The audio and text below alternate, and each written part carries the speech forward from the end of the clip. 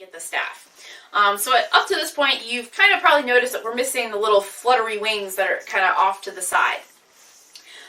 So there's a couple things that happen in this stage. There's the fluttery wings, there's the star, and then there's the final extra rhinestones that I wanted to add.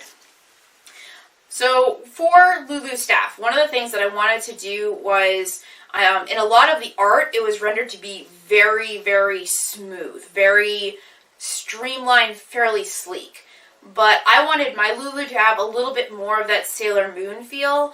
So for example, if you're familiar with Sailor Moon, in the first season, their uniforms are fairly streamlined.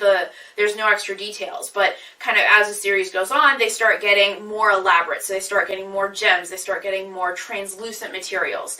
And that was the sort of feel that I wanted. I didn't want just the basic shapes. I wanted it to look like something pretty that a Star Guardian would have put together, and put something potentially that Lulu would have wanted to work with, as opposed to, say, the Star Guardian Jinx, who wouldn't have necessarily cared about having sparkle on her weapon.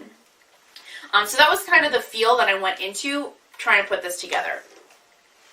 So the first thing I'm going to talk about is the resin star. So you'll probably know from my other tutorial where I go through how to create the resin stars and how to put it into a foam base.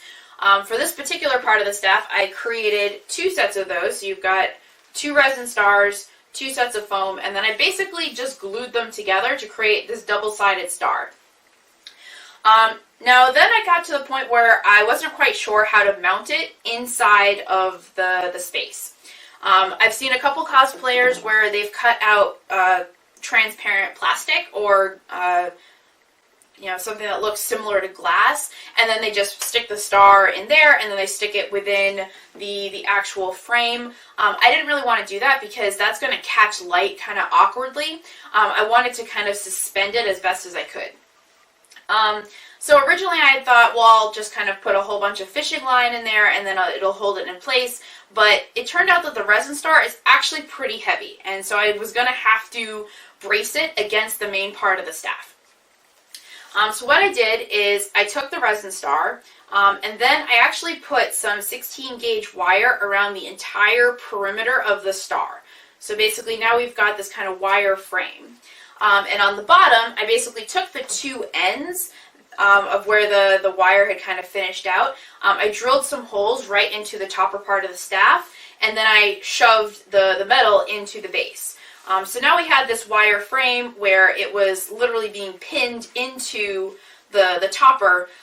It wasn't as secure as I wanted it to be, so what I did is at the very top I took some fishing line, tied the top of the metal frame through a hole that I drilled into the top of the heart. So at this point we've got a fairly heavy star, but it's being tied at the top as well as being firmly cemented in metal at the base. So now I can flip the staff around, I can flap it back and forth, and that star is not moving.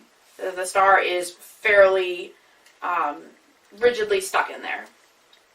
And then I just added a few extra blue rhinestones because I had them lying around from a previous cosplay, and I thought it would help make the plastic, or not the plastic, it would help make the sparkle effect more prominent.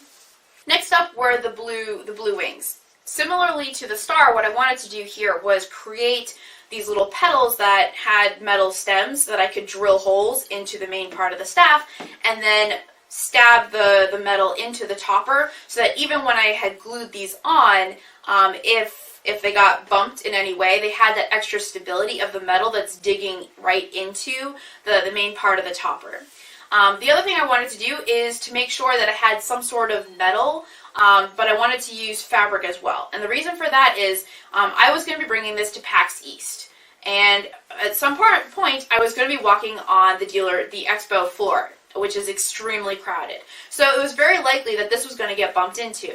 And since these wings were basically shying out from the entire space, I wanted to make sure that if it got bumped and it got kind of messed out of place, I had the flexibility to basically bring it back into shape. So the way I wanted to do this was fabric with a wire frame on the inside. So basically that's what I did, is I started with some 16 gauge wire. I basically created the little petal shapes, too big, too small, and twisted off the ends of the wire, so I had this little kind of petal frame with a little metal stem. And then I basically created the little pockets for the flower. Basically took some satin, put some really stiff interfacing on the inside, and then flipped them inside out so that we could basically just run the metal frame on the inside of this little kind of fabric petal, if you will. I gathered the fabric at the end, so it kind of bunched together, so I just had the metal stem sticking out the end. And then I basically drilled into the topper, hot glued the fabric down, and then to help disguise some of the connection points, I went through my rhinestone set and I found some additional blue rhinestones from a previous cosplay, just to hide some of that connection point. Again, adding a little bit of that princess sparkle that I kind of wanted in order to elevate the design from its original aspects. I also used some additional rhinestones, some blue ones around the top where I also have some gold and white.